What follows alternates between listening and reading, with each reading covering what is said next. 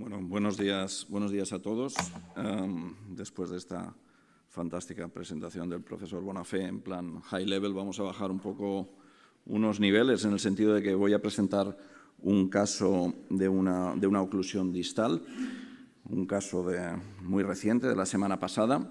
Aquí había preparado algunas preguntas con la historia esta del Poll Everyone, pero lo vamos a saltar y bueno, veréis las preguntas igualmente, aunque no podamos contestar. Cuando hablamos de las oclusiones distales y de las oclusiones de vasos de mediano calibre, uno de los problemas que tenemos siempre es un poco la definición, ¿no? La definición anatómica o la definición desde el punto de vista clínico de qué representan. Y siempre es de agradecer, pues, gente como la que veis en este artículo del grupo de Mayán Goyal, pues nos ayuden un poco a que todos hablemos de lo mismo cuando hablamos de oclusiones distales. Aquí veis que hacen una definición, una propuesta de definición en la cual hablan de dos aspectos. Por un lado, de dónde está la oclusión. Aquí veis que hablan tanto a partir de M2, M3, A2, A3, P2, P3, pero no solo eso, sino también el hecho de que desde el punto de vista clínico haya una afectación que sea un NIH por encima o igual de 5 en aquellos casos en los cuales tenemos un NIH más bajo, que este déficit, digamos, sea incapacitante para nuestros pacientes, que es algo que tenemos que tener en cuenta cuando hablamos de tratar o no tratar o de cómo tratar este tipo de oclusiones. Todos lo tenemos claro, pero muchas veces en la vorágine del trabajo, pues a veces hay que parar a pensar un momentito y ver que los beneficios y los riesgos de los cuales hablamos no tienen absolutamente nada que ver de las oclusiones que habitualmente tratamos, que son un porcentaje muchísimo más alto cuando hablamos de una oclusión proximal. Este es un paciente de 43 años con un MRS 0 previamente y que 13 días antes del día de autos del cual hablamos, presentó una sintomatología que se dudó si era un TIA, si era una migraña. Se le programó una resonancia diferida. Esta resonancia se hizo a los 10 días, me parece que era, y lo que se vio era una lesión isquémica aguda frontal, como podéis ver en la resonancia, a este nivel.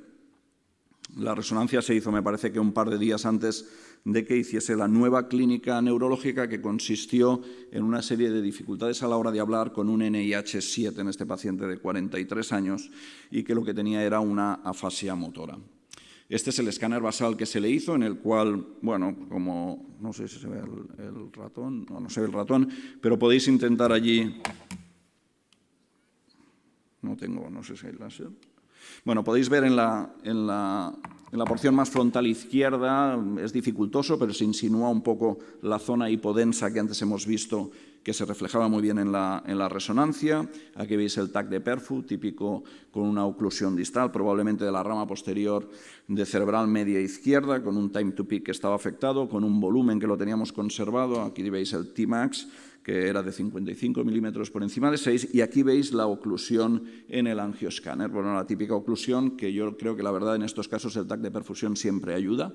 Nosotros, para evaluar el TAC de perfusión, habitualmente tenemos allí residentes de radiología que junto con el neurólogo valoran estas imágenes y nos lo comentan. Si no estamos allí delante, nos lo comentan vía telefónica. Aquí veis el trombo, un trombo que yo diría que está situado en M2, en la bifurcación ahí, afectando también parcialmente al inicio de la rama inferior y la rama superior de esa bifurcación de M2, y aquí veis en la angiografía la zona ocluida, que yo le llamaría pues una M2 distal. En el lateral lo vemos bastante mejor y veis cómo la imagen se reproduce exactamente con lo que veíamos en el angioscáner, esa rama distal de M2 afectando la bifurcación con el trombo allí ocupando el espacio. Y la pregunta que os quería hacer, no sé si sale aquí, bueno, sale parcialmente, os la leo, era ¿qué haríais en esta situación, ¿no? Tenemos paciente de 43 años, un ictus previo pequeño en los días anteriores y que ahora tenemos esa rama distal tapada. Y bueno, el planteamiento siempre es el mismo.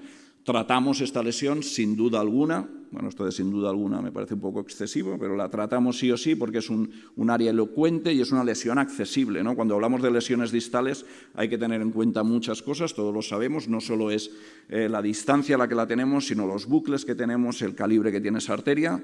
La siguiente opción que podríamos plantearnos es darle RTPA y esperar a ver cómo va el paciente, todo, y que tenemos que recordar que tiene esa lesión subaguda, aunque sea de pequeño tamaño. La tercera sería decir, no, yo soy conservador, no hago trombectomía mecánica porque esto está fuera de las guidelines y no lo tengo muy claro. Y la última opción que os daba pues era ninguna de estas. Cuando miramos ¿Qué es lo que haríamos todos? Bueno, pues hay gente que ha escrito artículos muy interesantes en este sentido. Esto es un análisis, se hizo como una encuesta en el Escape Alias y se les preguntó qué harían en cada una de estas circunstancias. Y veis que si vamos arriba de todo, que están hablando de una M3, es decir, un poquito más distal de lo que os he enseñado en este caso, solo el 18% de los intervencionistas a los cuales se les preguntó en una M3 harían un tratamiento endovascular de primeras en aquellos pacientes que se les puede dar RTPA. Esto, si os fijáis, ¿qué es lo que pasa cuando hablamos de una A2 o de una P2, que seguimos llamándolo un MEVO, ¿no? Una oclusión de vaso de mediano calibre? Veis que la proporción de gente que se plantea hacer trombectomía mecánica es muchísimo más alto. Por lo tanto, bueno, cuando generalizamos las MEVOs no todas son iguales y lo sabemos y nuestra actitud es diferente en cada una de ellas. M3 pues, significa más lejos, significa más bucles, significa más dificultad, más riesgo y probablemente esa balanza de riesgo y beneficio es un poco diferente que cuando hablamos de una A2 o incluso una A3 o P3. Esto es después de la revascularización. Para que quede un poquito más claro, os enseño allí en la imagen que tenéis a la izquierda cómo estaba, imagen de la derecha, cómo está, es decir, conseguimos abrir esa lesión sin problemas. ¿Cómo lo hicimos nosotros en este caso? Bueno, pues en este caso hicimos la técnica clásica, colocamos un catéter balón, colocamos un catéter intermedio, que habitualmente utilizamos un CAT6 y por lo tanto no nos gusta ir demasiado distal, o sea que solo lo encaramos en el origen de esa M2 y utilizamos un CatchView pequeñito con la intención pues, de lesionar lo menos el endotelio o tener el mínimo riesgo de daño vascular a ese nivel.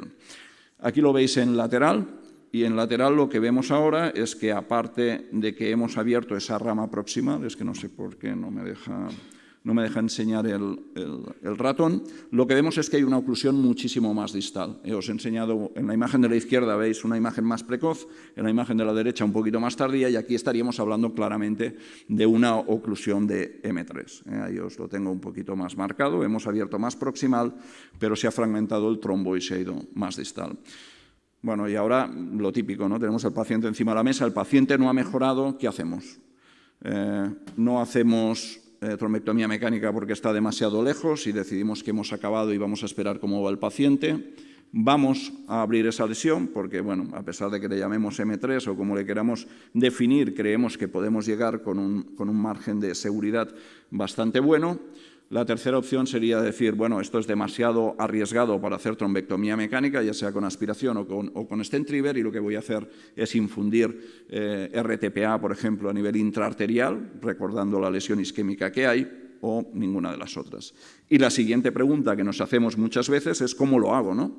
Si realmente decido ir a por este trombo que está tan distal, vuelvo a hacer lo mismo, ya que tengo el catéter balón, le dejo el catéter intermedio a nivel proximal y voy con un stent retriever pequeñito, o hago alguna técnica de estas de pinning distal con un CatchView, pero con un catéter de acceso distal más pequeño, o voy directamente a aspiración o no hago nada, que es lo que decía.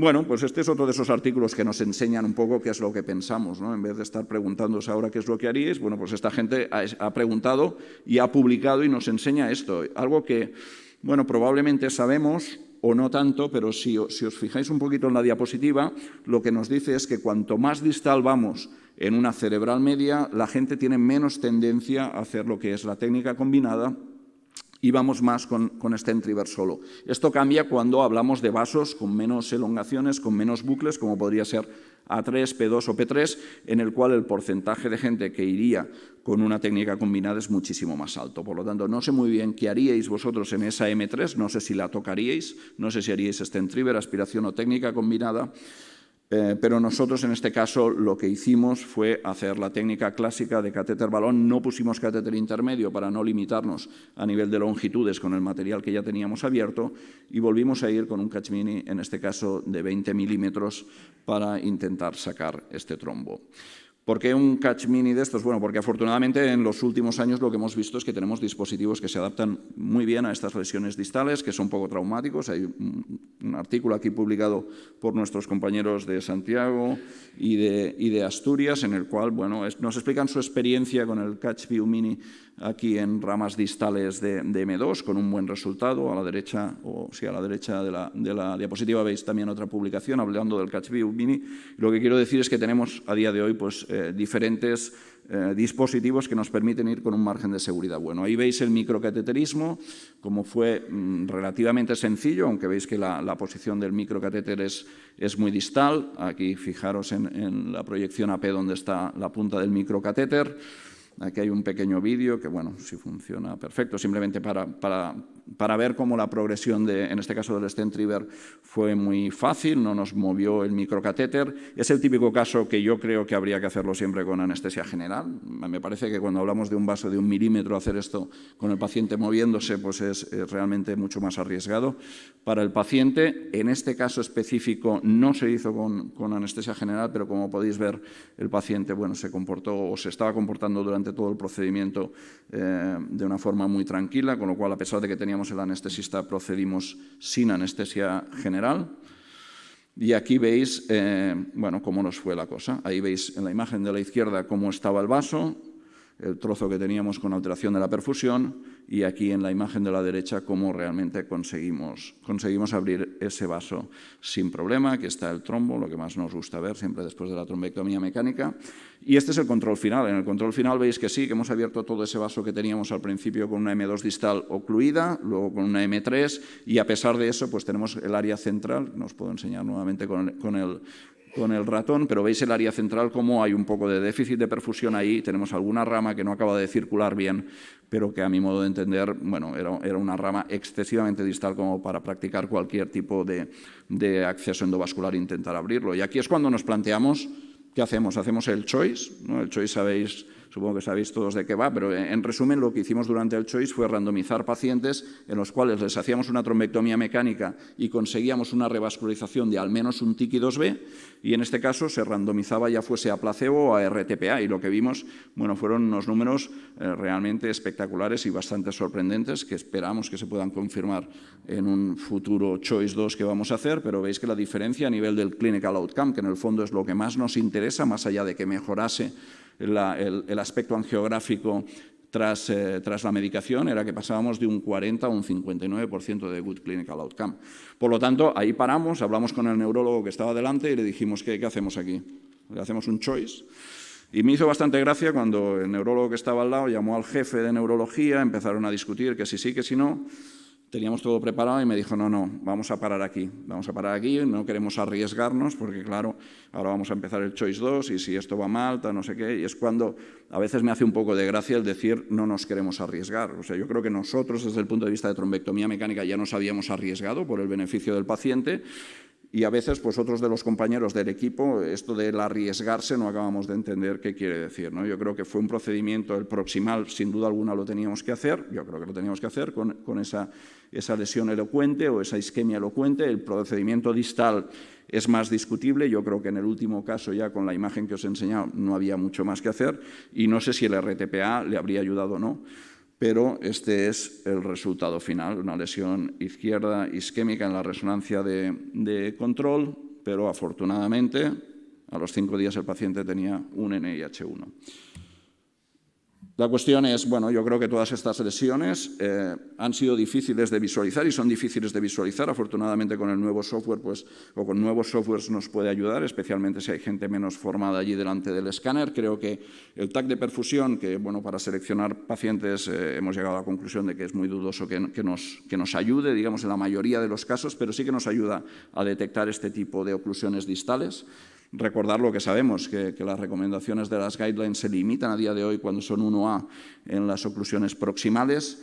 Tener claro que el riesgo y el beneficio es absolutamente diferente y, por lo tanto, yo creo que hay que individualizar la decisión en cada uno de los casos que nos encontremos, que afortunadamente tenemos diseños específicos para dispositivos que nos van muy bien en estas oclusiones distales, y agradecer, por último, a gente como esta que pone en marcha estudios randomizados con los cuales espero que en el futuro nos den alguna respuesta un poco más basada en la evidencia a la hora de qué hacer. Nosotros estamos ahí vamos a intentar estamos con todo el papeleo para entrar en el distal, pero creo que es digno de elogio que gente como esta ponga en marcha estudios de este tipo.